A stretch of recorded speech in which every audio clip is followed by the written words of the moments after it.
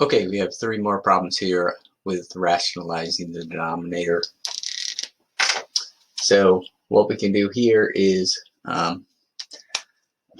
to rationalize the denominator, we can multiply by radical 5x and multiply by radical 5x. What's going to happen then is we have radical 5x times radical 5x, which is 5x. And then on the top here, we just write 5 radical 5x.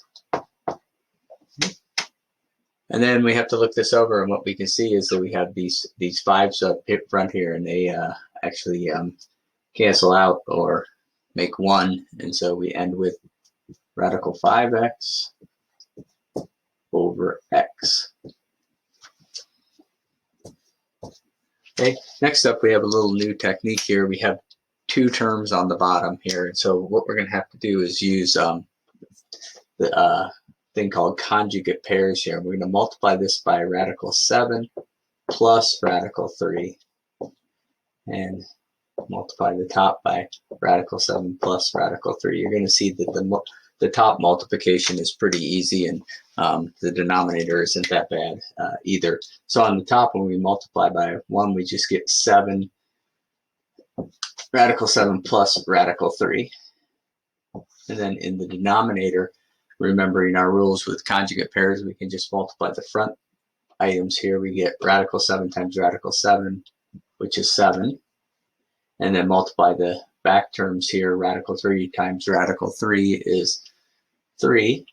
And then it's a negative times a positive, so we have a negative. Then just combining this on the bottom, we get radical 7 plus radical 3 over 4. And no more radical in the denominator. Okay. And then on this one, we can apply the same rule here. We can multiply by the conjugate pair. Remember, has a different sign in the middle here. And remember, this here is a disguised version of 1. So we're just getting the fraction in the form that we want here with no radicals in the denominator. So on the top, you could do the distributive property, or you could leave it in this form.